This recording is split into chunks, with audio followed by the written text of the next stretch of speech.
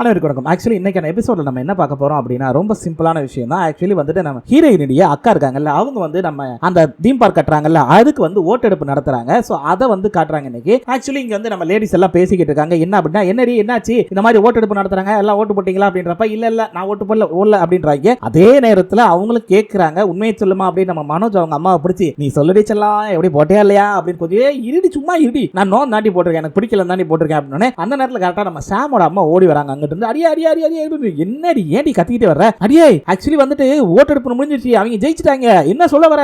ஆமா, அவங்க ஓட்டெடுப்பு நடத்ததுல theme park கட்டலாம் அப்படின்னு சொல்லி எஸ்ன்னு சொல்லி நிறைய பேர் ஓட்டு போட்டுருக்காங்க. கிட்டத்தட்ட 69 ஓட்டு வந்திருக்குது. அப்ப வந்து தோத்து போனது அது 49, கிட்டத்தட்ட 10-15 ஓட்டு வித்தியாசத்துல ஜெயிச்சிட்டாங்கடி.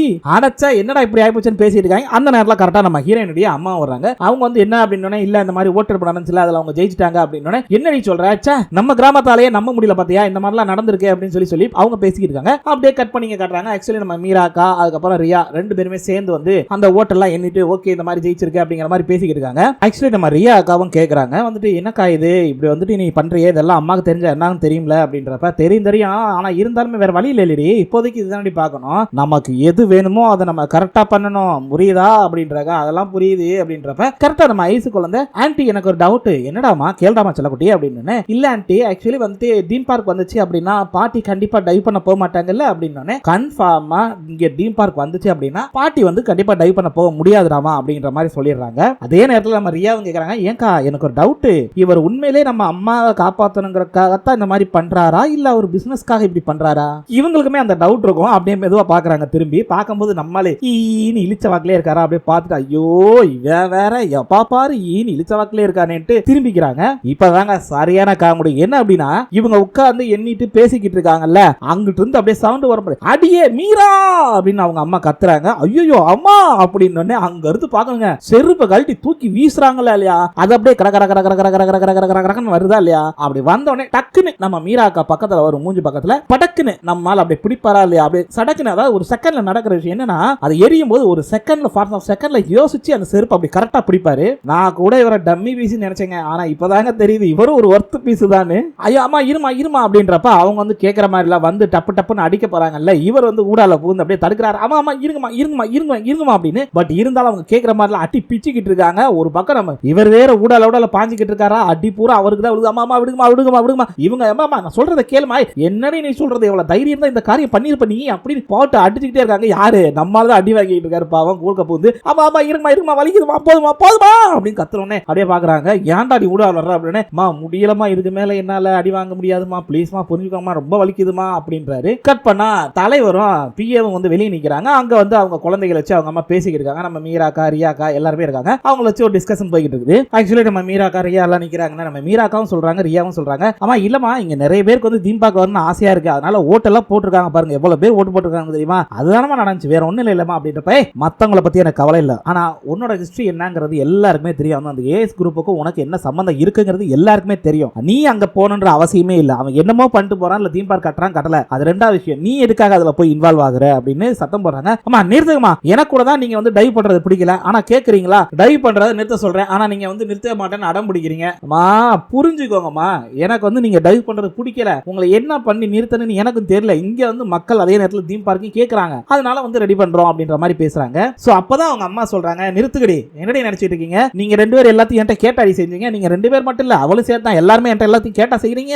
ஏண்டி உங்க இஷ்டத்துக்கு வந்து கல்யாணம் பண்றீங்க, உங்க இஷ்டத்துக்கு குழந்தை பெத்துக்கிறீங்க, உங்க இஷ்டத்துக்கு எல்லாம் பண்றீங்க, நீ கல்யாணம் பண்ண உன் இஷ்டத்துக்கு, அதே மாதிரி உன் இஷ்டத்துக்கு டைவோர்ஸ் பண்ணிட்டு வந்து நின்ன, நீ உன் இஷ்டத்துக்கு வந்து என்னென்னமோ பண்ணிட்டு குழந்தைய பெத்துக்கிட்டு வந்து நிக்கிற, எல்லாமே உங்க இஷ்டத்துக்கு பண்றீங்க, என் பேச்ச கேக்குறீங்களா, இல்ல அப்புறம் எதுக்கு நீங்க சொல்ற மட்டும் நான் கேக்குறேன்னு எதிர்பார்க்கறீங்க. சோ இத கேட்ட உடனே நம்ம மீராக்கா அதே நேரத்துல ரியா ரெண்டு பேராலையும் எதுவுமே சொல்ல முடியல. ஆமாங்க ரெண்டு பேருமே அவங்க அம்மா பேச்ச கேட்காம தானே எல்லாமே பண்ணிருக்காங்க. சோ அப்படின்றப்ப அதுதான் சொல்றாங்க, ஏண்டி நீங்க வாடகை திடீர்னு வருவீங்க, அக்கறை இல்லாம உங்க இஷ்டத்துக்கு போயிருவீங்க, திடீர்னு வந்து அம்மாக்கு உடம்பு சரியில்லை அப்படின்னு தெரிஞ்சதுக்கு அப்புறம் மெடிசன் எடுத்துக்கோப்பா, அதை பாருமா இதை பாருமா அம்மாவோட உடம்ப பாருமான்னு பாக்குறீங்க. இத்தனை நாளா இந்த அக்கறை எங்க போச்சு, ஏன்னா இத்தனை நாளா உங்களுக்கு என் மேல அக்கறையே கிடையாது, இப்பயும் வந்து ஏதோ அம்மா ஆயிட்டாங்களே அப்படிங்கறனால இதெல்லாம் பண்றீங்க, அதானே, இங்க பார் ஏன் உடம்ப பாத்துக்க எனக்கு தெரியும், அதே நேரத்துல எனக்கு பிடிக்காத விஷயத்துல இன்வால்வ் ஆகாதீங்க அப்படின்னு சொல்லி சத்தம் போட்டுட்டு கரெக்டா இவங்க கிளம்புறாங்கல்ல, அப்படி கிளம்பும் போது வந்து டக்கு நிப்பாட்டுறாங்க. என்னடான்னு பார்த்தா அந்த குழந்தை வந்து அவங்களோட ட்ரெஸ் பிடிக்குது, என்னடாமா அப்படின்னு கேட்டோடனே, இல்ல பாட்டி எனக்கு பயமா இருக்கு அப்படின்றாங்களா. என்னடாமா பயப்படுற, ஐயோ பயப்படாதரமா, நான் வந்து பாட்டி கொஞ்சம் கோவப்பட்டேன், அதனாலதான் அவளை தூரம் வாய்ஸ் ரைஸ் பண்ணி பேசிட்டேன், மன்னிச்சிடுறான், இனிமே அந்த மாதிரி வந்து பாட்டி கத்த மாட்டேன் அப்படின்னு. இல்ல பாட்டி, எனக்கு அதை நினைச்சு பயமா இல்ல பாட்டி, எங்க வந்து இந்த கடல் உங்களோட பழைய ஃப்ரெண்டை வந்து எப்படி எடுத்துட்டு போச்சோ அதே மாதிரி உங்களையும் எடுத்துட்டு போயிருமோன்னு பயமா இருக்கு பாட்டி அப்படின்னு சொன்னோன்னே சோ இதை கேட்ட உடனே அவங்க ஆடி போயிடுறாங்க. ஆமாங்க, ஒரு சின்ன குழந்தை இந்த அளவுக்கு பேசுது அப்படின்னா அப்ப அவங்க ஆடி போக தானே செய்வாங்க. அதே மாதிரிதான் இங்கேயும் நடக்குது. இதை கேட்ட எல்லாருக்குமே ஒரு பக்கம் அதிர்ச்சி, என்னடா அது ஒரு குழந்தை இந்த அளவுக்கு சொல்லுதே அப்படின்னு. சோ இதை கேட்ட நம்ம மீராக்காவோட ஹஸ்பண்ட் எக்ஸஸ் பட்டோ அவர் ஒரு மாதிரி ஃபீல் பண்ணிட்டே போறாரு. சே, இந்த குழந்தைக்கு கூட எவ்வளவு தூரம் வந்து அவங்க பாட்டி மேல பாசம் இருக்குது, எப்படியாவது இந்த ப்ராஜெக்டை ஓகே பண்ணி இங்கதான் வந்து நம்ம தீம் பார்க் கட்டுறோம், அவங்கள டைவ் பண்ண விடாம தடுக்கிறோம் அப்படின்ற மாதிரி நினைச்சிட்டே போறாரு. பார்க்கலாம் என்னதான் நடக்க போகுதுன்னு பார்க்க தானே போறோம். அப்படிங்க கட் பண்ணி நம்ம ஹீரோயினியை காட்டுறாங்க. ஆக்சுவலி நம்ம ஹீரோயினி வந்து அவங்களோட அசிஸ்டன்ட்ட பேசிட்டே போறாங்க. என்னடான்னு பார்த்தா, ஒன்றும் இல்லம்மா, என்னுடைய மெட்டீரியல்ஸ் எல்லாத்தையும் வந்து நீங்க கலெக்ட் பண்ணி அனுப்பிச்சுடுங்க, ஏற்கனவே அங்க வந்து நிறைய மெட்டீரியல்ஸ்லாம் வச்சிருக்கேன், அது எல்லாத்தையும் அனுப்புங்க. ஏன் அப்படின்னா நம்ம வந்து அடுத்து நிறைய போட்டோஸ் எடுக்க போறோம், அதுக்கெல்லாம் நிறைய தீம்ஸ் எல்லாம் ரெடி பண்றதுக்காக வந்துட்டு எல்லாம் ரெடி பண்ணிக்கிட்டு இருக்கேன், எனக்கு நீங்க அனுப்புங்க அப்படின்றாங்க. அவங்களும் ஓகே மேடம் நாங்க அனுப்புறோம் அப்படின்ற மாதிரி சொல்லிடுறாங்க. இங்க அதே நேரத்தில் நம்ம வில்லியையும் காட்டுறாங்க. ஆக்சுவலி நம்ம வில்லி வந்துட்டு உட்கார்ந்து ஒர்க் பண்ணிட்டு இருக்கும்போது அவளோட ஆள் அப்படியே வரா, யாரு நம்ம ஹீரோயினுடைய எக்ஸ் அப்படியே வர்றான். வந்துட்டு ஒரு விஷயம் யோசிக்கிறான். என்னன்னா நம்ம ஹீரோயினுடைய அம்மா சொல்லியிருப்பாங்க, ஏன்டி இப்படி பொய் சொன்ன, பொய் சொல்லி உனக்கு என்னடி கிடைக்க போகுது, நீ என்ன அவ்வளவு பெரியதா அப்படி இப்படின்னு கேட்டிருப்பாங்க. சோ அதெல்லாம் யோசிச்சு பார்த்தவே, ஆமா எனக்கு ஒரு உண்மை சொல்லு, ஆக்சுவலி உண்மையிலே அவளுடைய பவர் அவ அபியூஸ் பண்ணால அவங்ககிட்ட, ஏன் அப்படின்னா அவங்க அம்மா என்னடானா இந்த மாதிரி சொல்றாங்க, உண்மையை சொல்லு அப்படின்றப்ப இவ இருந்துட்டு இப்ப என்ன வேணும் உனக்கு, ஓ அப்ப அவ என்னை விட உனக்கு பெட்டரா தெரியறாளா, இப்ப அவளை விட நான் பெட்டர்னு சொல்லி என்கிட்ட வந்தா இப்ப என்னை விட பெட்டர் அவட்ட போக பாக்குறியா, அவ என்னைய அபியூஸ் பண்ணாடா அப்படின்னு சொல்லி இவ சொல்றா. இல்லையே எனக்கு என்னமோ இடிக்குதுங்கிற மாதிரி அவன் நிக்கிறான். இவ இப்ப என்னடா வேணும், ஆமாடா அவ என்ன அபியூஸ் பண்ணா அதனாலதான் சொன்னேன், ஏன் நான் செத்தா உனக்கு சந்தோஷமா, அவட்ட திரும்ப போயிடலான்னு பாக்குறியா அப்படின்னு. ஏய் எதையா சொன்ன, எதோட கம்பேர் பண்ணாத, முதல்ல நீ உண்மையை சொன்னியா பொய் சொன்னியான்னு தானே கேட்டேன், வேற என்ன அப்படின்றப்ப இல்ல இல்ல நீ வந்து இப்ப என்னை விட அவளா பெட்டரா நினைக்கிற, அதனாலதான் வந்து இப்பெல்லாம் கேள்வி கேட்கிற அப்படின்னு சொல்லி இவ சொல்லிட்டு எனக்கு என்னன்னு போய் நின்னுக்கிறான். அவன் அப்படியே பாக்குறான், ஐயோ பைத்தியத்து கூட இருந்தா இப்படித்தான் இருக்கும் போல இருக்கே அப்படின்னு. கட் பண்ணாங்க நம்ம ஹீரோயினை காட்டுறாங்க. ஆக்சுவலி வந்துட்டு நம்ம ஹீரோட ஆபீஸ்க்கு வர்றாங்க. அப்படி வரும்போது பாத்தீங்க அப்படின்னா கரெக்டா நம்ம விக்கி அங்கதான் உட்கார்ந்துருக்காரா. அவர் பாத்துறாரு, பார்த்து ஏ தர தர தர ஒரு நிமிஷம் நில்லு அப்படின்னு. என்னடா இரு ஆக்சுவலி வந்துட்டு ஒரு விஷயம் கேக்குறேன், என்ன நீயும் ராஜ் வந்து திரும்ப டேட் பண்றீங்களாமே அப்படின்னு. டேய் யாரா சொன்னது உனக்கு, எப்படா தெரியும் அப்படின்னு. அதுதான் தெரியுதே, நீங்க ரெண்டு பேரும் ஒளிஞ்சு லவ் பண்றீங்கல்ல, அந்த லட்சம் தான் ஊருக்கே தெரியுது அப்படின்னு. தெரிஞ்சிருச்சா லட்சா அப்படின்னு. சரி என்ன நீ வந்து இந்த தடவை பிரேக்கப் பண்ணாம இருப்பியா, ஏன்னா போன தடவை பிரேக்கப் பண்ணிட்டு போயிடல, அது மாதிரி இந்த தடவை எதுவும் பிரேக்கப் பண்ண போறியா, ஏதாவது ஐடியா இருக்கா என்ன கேட்டு இருக்கும்போது அவ பிடி சத்தம் போற, டேய் நிறுத்துறா, முதல்ல நான் ஒரு அட்வைஸ் பண்றேன் நல்லா கேட்டுக்கோ, உன் வாய் இருக்குல்ல வாய், அதை மட்டும் தயவு செய்து குறைச்சுக்கோடா, நீ நல்லா உருப்பட்டுருவா, இல்லன்னா உருப்படவே மாட்டடா சாமி, ஆளை விட இந்த தடவை பிரேக்கப்லாம் ஆகாது, நாங்களே இப்பதான் ஒண்ணு சேர்ந்திருக்கோம், போய் உன் வேலையை பாரு போன்னு சொல்லி அனுப்பிச்சு விடுறாங்க. அவன் போக மாட்டேங்கிறான். இவர் கிளம்பும் போது ஏ தாரா இந்த தடவை பிரேக்கப் பண்ணிடாத சரியா, கொஞ்சம் பார்த்து உஷாரா இருந்துக்கோ அப்படின்னு சொல்லி டேய் போடா கத்தாதரா அப்படின்ட்டு போறாங்க. நம்ம ஹீரோயின் அப்படியே உள்ள வந்துடுறாங்க. உள்ள வந்தனே கரெக்டா அங்க இருக்கக்கூடிய இன்னொரு லேடி வர்றாங்களா. அவங்க வந்து சாரிமா ஆக்சுவலி வந்துட்டு எங்களோட சிஓ வந்துட்டு இன்னைக்கு வந்து ஆஃப்ல இருக்காரு, சோ அதனால மதியத்துக்கு மேல தான் வருவாரு, நோ ப்ராப்ளம் நீங்க கொடுங்க எல்லாத்தையும் பாத்துக்கலாம் அப்படின்னு சொல்லிட்டு அந்த போட்டோஸ்ல வாங்குறாங்க. ஆஹா சூப்பரா இருக்கு, ஓகேமா அப்புறம் மறந்துடாத எக்ஸிபிஷன்லாம் கொஞ்சம் வேகமா வந்துகிட்டு இருக்கு, அதுக்கேற்ற மாதிரி எல்லாத்தையும் ரெடி பண்ணுமா அப்படின்றப்ப அது ஒன்றும் பிரச்சனை இல்லை, இந்த லோக்கலுக்கு ஏத்தாப்புல வந்து நிறைய தீம்ஸ் எல்லாம் ரெடி பண்ணி வச்சிருக்கேன், அதை வச்சு நம்ம பார்த்து மேனேஜ் பண்ணிக்கலாம் அப்படின்றாங்க.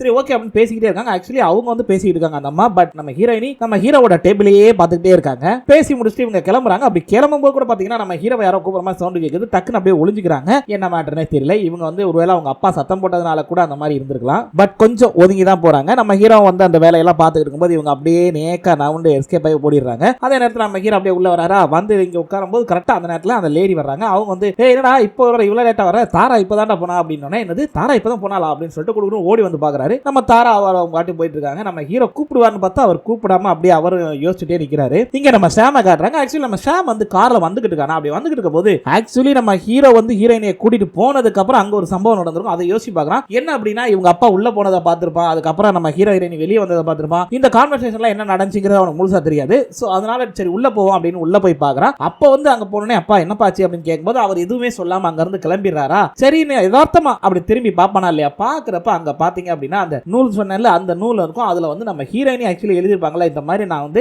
ராஜா வந்து நான் லவ் பண்றேன்னு நினைக்கிறேன் அப்படின்ற மாதிரி எழுதிருப்பாங்க. சோ லவ் பண்றேன் அப்படின்ற மாதிரி அவங்க எழுதி கொடுத்திருப்பாங்க. அதை தான் அவன் பாதுகாப்பா வச்சிருப்பான் நம்மால. சோ அதை எடுத்து படிச்சு பார்த்துட்டு ஒரு மாதிரியா ஃபீல் பண்ணிட்டே இருக்கான். சோ அதை நினைச்சுக்கிட்டே வரானா. அந்த நேரத்துல நம்ம ஹீரோயினி பஸ்ல வந்து வந்துகிட்டு இருக்காங்க. நம்ம ஹீரோயினி சோ அவங்க அப்படியே வந்து தூங்கிக்கிட்டே வர்றாங்க. நம்ம சாம் அப்படியே பாத்துக்கிட்டே வர்றான். ஒரு ஸ்டேஜ்ல பஸ் எல்லாம் நின்னுக்கும் போது இவன் பாத்துக்கிட்டே இருக்கானா. நம்ம ஹீரோயினி முழிச்சாங்க, டேய் சாமே அப்படின்னு அவன் அப்படியே பார்த்து சிரிக்கிறான். சோ ரெண்டு பேரும் சிரிச்சுட்டு கடைசியில பார்த்தா சரக்கடிக்க உட்கார்ந்துறாங்க ஒரு ஸ்பாட்ல. ஆவுனா இந்த நாடகத்துல ஒரு நல்ல ஸ்பாட்டா பார்த்து சரக்கடிக்க தாங்க உட்கார்ந்துறாங்க. நம்ம சாம் வந்து ஆக்சுவலி ஏதோ ஒரு ஸ்நாக்ஸ் எல்லாம் வாங்கிட்டு வந்து கொடுக்குறாரு நம்ம ஹீரோயினிக்கு. அதை வாங்கி பார்த்து ஆஹா நல்ல வேலைடா ஸ்நாக்ஸ் கொண்டு வந்து அப்படின்னு சொல்லிட்டு அதை வாங்கி சாப்பிடுறாங்க. சாப்பிட்டு நல்லா இருக்குடா சூப்பரா இருக்கா, நீ சாப்பிட்டு பாக்குறியா சாப்பிட்றியா அப்படின்னு, வேணாம் வேணாம் நான் ஏற்கனவே சாப்பிட்டுட்டேன் நீ சாப்பிடு அப்படின்னு. சரின்னு சொல்லி அவங்க சாப்பிட்றாங்க. நம்ம சாம பார்த்துக்கிட்டே இருக்கான். ஏன்டா அப்படின்னு, ஒன்றும் இல்லை ஏன் முடியை இப்படி விரிச்சு போட்டு அலங்கோலமா வச்சிருக்க, அதை பார்த்தா தான் எனக்கு சிரிப்பா வருது அப்படின்னு. இது வேறையா டேய், எனக்கு இப்பெல்லாம் என்னன்னே தெரியலடா, அப்படியே இந்த மண்டையை ஓபன் பண்ணி பிரெயினை வெளியே கழட்டி வச்சிடலாமான்னு தோணுது, அந்த அளவுக்கு ரொம்ப ஸ்ட்ரெஸ்ஸா இருக்குடா அப்படின்றாங்க. ஆனா சொல்ல போனா இந்த மாதிரி இடத்துல உட்காந்து அழகா சரக்கு அடிச்சுட்டு கொஞ்சம் ஃப்ரீயா இருக்கும் போது ரிலாக்ஸா இருக்கேன் அப்படின்றாங்க. அதே நேரத்துல நம்ம சாம அப்படியே பாக்குறாரு. நம்ம சாம கேட்கிறாரு, ஆமா என்ன திரும்ப வந்து ராஜ் கூட கமிட் ஆயிட்ட போல இருக்கு, 2 பேரும் திரும்ப டேட் பண்றீங்களா என்ன அப்படின்னு. ஆடே இதை பத்தி ஏன்டா கேட்கற திடீர்னு அப்படின்னு. சும்மா சொல்லு, அதான் பார்த்தனே 2 பேரும் வந்து இப்ப ரொம்ப டீப்பா போய்கிட்டு இருக்கீங்களே அப்படின்னு நக்கல் அடிச்சுக்கிட்டு இருக்காப்ல. அட சும்மா இருடா நீ வேற அப்படின்ட்டு. ஆமா எங்களை பத்தியே கேட்கறியே, நீ என்ன லவ்வுக்கு எதுவும் பண்ணலையா அப்படின்னு. பண்ணேன் ஒரு பொண்ணை பண்ணேன், ரொம்ப நாளைக்கு முன்னாடி பண்ணேன், பட் இப்ப இல்ல அப்படின்றாரு. ஒரு நிமிஷம் இரு, என்ன சொல்ற, ரொம்ப நாளைக்கு முன்னாடி ஒரு பொண்ணை லவ் பண்ணியா, ஒரு நிமிஷம் இரு, சரி ஓகே அந்த பொண்ணு யாருன்னு சொல்லு, நான் உனக்கு ஹெல்ப் பண்றேன் அப்படின்னு. என்னது நீ எனக்கு ஹெல்ப் பண்றியா, அது ரொம்ப ரொம்ப கஷ்டம் தாரா, டேய் சொல்லுடா யாருன்னு சொல்றா, அதெல்லாம் ஒன்றும் பிரச்சனை இல்லை, எப்படியாவது நான் உனக்கு ஹெல்ப் பண்ணி சேர்த்து வைக்கிறேன்டா அப்படின்றாங்க. அது முடியாது, ஏன் அப்படின்னா அந்த பொண்ணுக்கு வேற ஒருத்தனை பிடிச்சிருக்குது, ஸோ அந்த பையனுடைய கமிட் ஆயிட்டா, அதனால வந்து அதை விட்டுரு அப்படின்றாரு. சரி இவங்களும் பாக்குறாங்க, என்னடா நீ உன் லவ் இருந்துச்சு அப்படின்னா சொல்ல வேணாமா, முன்கூட்டியே சொல்லியிருந்தா ஏதாவது பண்ணி அந்த பொண்ணு கூட நீ சேர்த்தாவது வச்சிருப்பல, என்னடா நீ அப்படின்றாங்க. நம்ம சாம் அப்படியே ஒரு மாதிரியா பாக்குறான். கட் பண்ணா இங்க நம்ம ஹீரோவோட அப்பாவை கட்டுறாங்க வீட்டுல. இவர் எந்திரிச்சு வந்தவர் அப்படியே பாக்குறாரு, அங்க போட்டோ இருக்கு, அந்த பழைய போட்டோ எடுத்து குப்பத்தட்டுல போயிட்டு ரெஸ்ட் ரூம் போயிட்டு வந்து வராரு, ஃப்ரெஷ் அப் ஆயிட்டு வந்து பார்த்தா திரும்பவும் அதே இடத்துல இருக்கு. அடங்கொய்யால எதை யாரும் எடுத்து வச்சு எடுக்க போகும்போது நம்ம ஹீரோ, அப்பா தயவு செய்து அதை தூக்கி போடாதீங்க, போட்டீங்க அப்படின்னா நான் திரும்ப திரும்ப அதை எடுத்து வைக்க தான் செய்வேன், அது மாதிரி என்கிட்ட நிறைய பிரிண்ட் இருக்கு, ஒன்றும் பிரச்சனை இல்லை அப்படின்றாரு. அதை பாக்குறாரு, அடைச்சா இவனை திருத்த முடியாதா அப்படின்ட்டு சரி சாப்பிட போவோம் அப்படின்னு சொல்லிட்டு அங்க போய் சாப்பிட்றதுக்காக போறாரு. அப்படி வந்தவர் அப்படியே அங்க இருக்கிற அந்த சாப்பாடு எல்லாம் பாக்குறாரு, ஒரு மாதிரியா யோசிக்கிறாரு. யோசிச்சுட்டு இருந்தவர் அப்படியே அங்க பாத்தீங்கன்னா ஆபீஸும் போயிடுறாரு, அங்கேயும் அதே மாதிரி யோசனையிலே இருக்காரு. அந்த நேரத்தில் கூட வேலை பார்க்குற ஒரு லேடி வந்து, சார் ஆக்சுவலி வந்துட்டு ஒரு பில்டிங்ல கிராக் விழுந்திருக்கு, அங்க போய் நீங்க செக் பண்ண வேண்டியிருக்குமே அப்படின்னு. ஓ அப்படியா, சரி ஓகேமா, எந்த பில்டிங் அப்படின்னு. ஒன்றும் இல்லை சார், நம்ம சம்தாரா கேலரி தான் சார் அப்படின்றாங்க. என்னது அப்படியா சார் அப்படின்னு பாக்குறாரு. சரி வேற யாரும் அவைலபிளா இல்லையா அப்படின்னு. இல்ல சார், சாரி சார், எல்லாருமே வந்து நிறைய கம்ப்ளைண்ட் வந்திருக்குன்னு சொல்லிட்டு அங்கிட்டு இங்கிட்டு போயிருக்காங்க, நீங்க தான் போய் ஆகணும் அப்படின்னு. சரி ரைட் அப்படின்னு வேற வழியே இல்லாம இவர் தான் போறாரு. ஏன் இவர் வந்து வேற ஒருத்தர் அனுப்புறதுக்கு கேட்டார் அப்படின்னா, அங்க போனா அவர் ஒய்ஃபோட போட்டோ எல்லாம் பார்க்க வேண்டியிருக்கும், பழைய நினைவுகள் எல்லாம் தேவையில்லாம வருமே அப்படிங்கறக்காக கஷ்டப்பட்டுக்கிட்டு தான் இருந்தாலும் போறாரு. அப்படி போகும்போது அப்படியே அவங்க பாக்குறாரு, பார்த்து என்னமா எங்கம்மா கிராக் வந்திருக்கு அப்படின்னு. சார் உள்ள சார் அப்படின்னு. அப்படியே ஒரு மாதிரியா போனவர் அப்படியே யோசிக்கிறாரு, போகணுமா வேணாமா, ஒருவேளை உள்ள போலாமா இப்ப ரிட்டர்ன் போயிடலாமான்ற மாதிரி யோசிக்கிறார். அப்புறமேல மனசை தேத்திக்கிட்டு சரி வா போவோம் அப்படின்னு சொல்லிட்டு உள்ள போறாரு. அங்க போனா நம்ம தலைவர் ராஜ் உட்கார்ந்துருக்காப்ல, அவர் ஒரு மாதிரி உட்கார்ந்துருக்கவும் இவருமே பாக்குறாரு. பார்த்துட்டு சரிப்பட்டு வராதரா, ரைட்ரா இவன் தான் ஏதோ பார்த்துருக்கான்ட்டு திரும்ப கிளம்பும் போது, என்னப்பா கிளம்பிட்டீங்க, ஆக்சுவலி வந்து அந்த சுவர்ல கிராக் இருக்கு, அதை செக் பண்ணலையா பார்க்கலையா அப்படின்னு.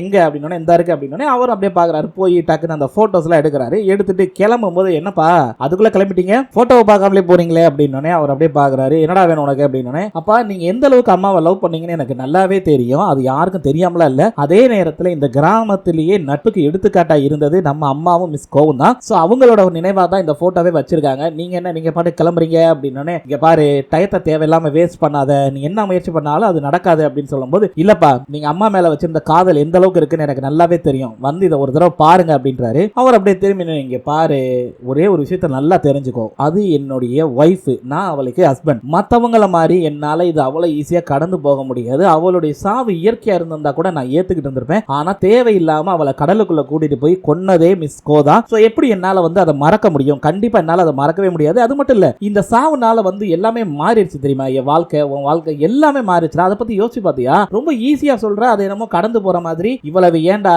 உன் தாத்தா பாட்டி எவ்வளவு கஷ்டப்பட்டு இருக்காங்க, இன்னைக்கு வரைக்கும் தான் பொண்ணு வருவான்னு சொல்லி எப்படி கடற்கரையில உட்கார்ந்து இருக்காங்க தெரியுமா, அவங்களாலையும் அதை மறைக்க முடியல, எவ்வளவு கஷ்டப்பட்டு இருக்காங்க, நல்லா தெரிஞ்சுக்கோ, என்ன நடந்தாலும் சரிதான், உன் அம்மா சாவுக்கு காரணமான அந்த மிஸ் கோவை நான் மன்னிக்கவும் மாட்டேன் மறக்கவும் மாட்டேன், அந்த நாள் எனக்கு இன்னும் நல்ல ஞாபகம் இருக்கு அப்படின்றாரு. சோ இவருக்கான அந்த வலிங்கிறது ரொம்ப அதிகமா இருக்கு, தன்னுடைய மனைவியை இழந்துட்டோமே அப்படிங்கறனால பயங்கரமான வலி இருக்கு, அதை தான் இப்ப எக்ஸ்போஸ் பண்றாரு. அப்படியே கட் பண்ணிங்க நம்ம ஹீரோயினியை காட்டுறாங்க, அவங்க வந்து அவங்க அம்மா செக்கப்காக ஹாஸ்பிடல் கூட்டு வந்திருக்காங்க. சோ அங்க வந்து அவங்க அம்மாட்ட சாரி நம்ம ஹீரோயின் எடுத்து சொல்லிட்டு இருக்காரு டாக்டர், ஆக்சுவலி உங்க அம்மாவுக்கு வந்து 8 வருஷத்துக்கு முன்னாடி மே 28ஆம் தேதி தான் வந்து ஃபர்ஸ்ட் டைம் அவங்களுக்கு இந்த ஹார்ட் ப்ராப்ளம் வந்தது. சோ அப்ப இருந்தே வந்து இவங்களுக்கு கரெக்டா மாசம் மாசம் இங்க செக்கப்புக்கு வர்றாங்க, அது போக வந்து டேப்லெட் எடுத்து இருக்காங்க, இப்ப திடீர்னு டேப்லெட் எடுக்காதனால தான் இந்த பிரச்சனை வந்திருக்கு அப்படின்னு சொல்லி காட்டுறாங்க. சோ இதெல்லாம் கேட்கும்போது நம்ம ஹீரோயினுக்கு ஒரு இது ஸ்ட்ரைக் ஆகுது, என்ன அப்படின்னா இவங்க அந்த மே 28ஆம் தேதி தான் ஆக்சுவலி வந்துட்டு அந்த முத நாள் தான் அவங்க ஃப்ரெண்ட் இறந்திருப்பாங்க, மறுநாளே இவங்களுக்கு இந்த பிரச்சனை வந்திருக்கும், அப்பதான் நம்ம ஹீரோவும் வந்து ஹாஸ்பிடல்ல சேர்த்திருப்பாரு. சோ இவங்க வந்து பஸ்ல வரும்போது யோசிச்சுட்டே வராங்களா, என்னமா என்ன யோசனை அப்படின்னா, இல்லமா ஆக்சுவலி வந்துட்டு மே 28ஆம் தேதி தான் உங்களுக்கு ஃபர்ஸ்ட் டைம் இந்த ஹார்ட் பிரச்சனை வந்திருக்கு, அப்போ வந்து ராஜ் தானே உங்களை கொண்டு வந்து சேர்த்தா அப்படின்னா, ஆமாமா அப்படின்றாங்க.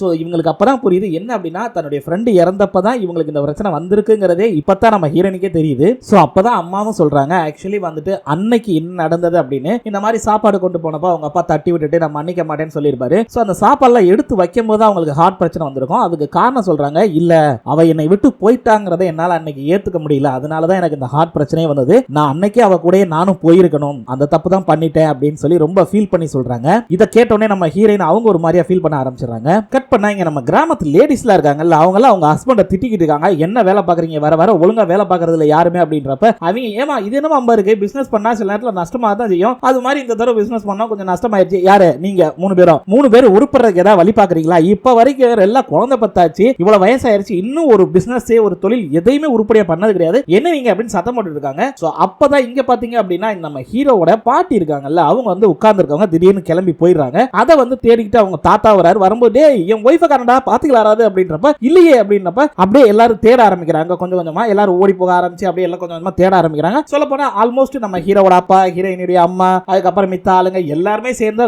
கிராமம் ஃபுல்லா தேடுறாங்க. அந்த நேரத்துல கரெக்டா நம்ம ஹீரோயினி அம்மா வந்து கரெக்டா கண்டுபிடிச்சோன்னே அம்மா எங்கம்மா இங்க இருக்கீங்க, எதுக்குமா எதுவும் ஆயிடுச்சா, உங்களுக்கு ஒன்றும் பிரச்சனை இல்ல, நீங்க ஓகே தானே அப்படின்னு கேட்கும்போது அவங்க பார்த்துட்டு என்னோட அழகான பொண்ணு மூஞ்சின் வந்துட்டியாமா அப்படின்றாங்க. அவங்க அப்படியே பாக்குறாங்க. பார்த்துட்டே இருக்கும்போது திடீர்னு நீதான் என் பொண்ணை கொன்ன, அன்னைக்கு நீதான் அவளை கடலுக்கு கூட்டு போய் கொன்ன, திரும்ப அவளை கூட்டிட்டு வரவே இல்ல, நீ ஒரு பேய் பிசாசு அப்படி சொல்லி போட்டு அட்டின்னு அடிக்கிறாங்க. அவங்களுக்கு வந்து ஒரு வார்த்தை கூட எதிர்த்து பேசலைங்க. ஆமாங்க அவங்களுக்கு ஒரு கில்ட் ஃபீல் இருக்கும்ல, அதனால அவங்க ஒரு வார்த்தை கூட எதிர்த்து பேசல. அந்த அடியை பூரா வாங்கிட்டு இருக்காங்க. இது எல்லாத்தையுமே நம்ம ஹீரோவோட அப்பாவும் பாக்குறாரு. நம்ம ஹீரோயினியோட அம்மாவும் அப்படியே பாக்குறாங்க நம்ம ஹீரோட அப்பாவை. அவங்களும் அடிச்சுக்கிட்டே இருக்காங்க. அதே நேரத்தில் மற்ற லேடிஸ் எல்லாருமே வந்து ஐயோ அம்மா இருமா அப்படின்னு சொல்லிட்டு வேமா வந்து பிடிச்சிடறாங்க. அப்படியே இங்க நம்ம ஹீரோட அப்பா முன்னாடி போறாரு. ஹீரோடைய அம்மா வந்து அப்படியே பின்னாடி மெதுவா நடந்து வர்றாங்க. வந்தவங்க அப்படியே ஒரு நிமிஷம் நில்லுங்க, அவங்க கிட்ட ஒரு 2 வார்த்தை பேசணும் அப்படின்றப்ப அவர் நிக்கிறாரு. தயவு செய்து என்னை மூஞ்ச கொண்டு பாருங்க, தயவு செய்து பார்க்காம எப்ப பார்த்தாலும் அப்படியே இது பண்ணாதீங்க, ஒரு 2 நிமிஷம் என் மூஞ்ச பார்த்து பேசுங்க, நான் உங்ககிட்ட பேசணும் சில விஷயங்கள் அப்படின்றாங்க. சரி அப்படின்னு சொல்லிட்டு அவரும் திரும்புறாரு. இங்க பாருங்க இது வரைக்கும் நடந்த எல்லாத்துக்குமே நான் பொறுப்பேற்றுக்கிறேன். அதாவது இப்போ என்னுடைய ஃப்ரெண்டு இறந்ததுக்கும் நானே பொறுப்பெடுத்துக்கிறேன். அன்னைக்கு நான் அவளை கடலுக்குள்ள கூட்டு போனது நான் பண்ண தப்பு தான், அவளை கூட்டு போகாம தான் இருந்திருக்கணும், ஆனா அதுக்கு நான் பொறுப்பெடுத்துக்கிறேன். அதே நேரத்தில் நம்ம பசங்க 2 பேரும் மனசார விரும்புறாங்க. சோ அவங்க 2 பேரும் ஒன்னு சேரணும் அப்படின்னா உங்களுடைய பிளஸிங் வேணும். அதனால தயவு செய்து என் மேல உள்ள கோவத்தை அவங்க மேல காட்டாதீங்க.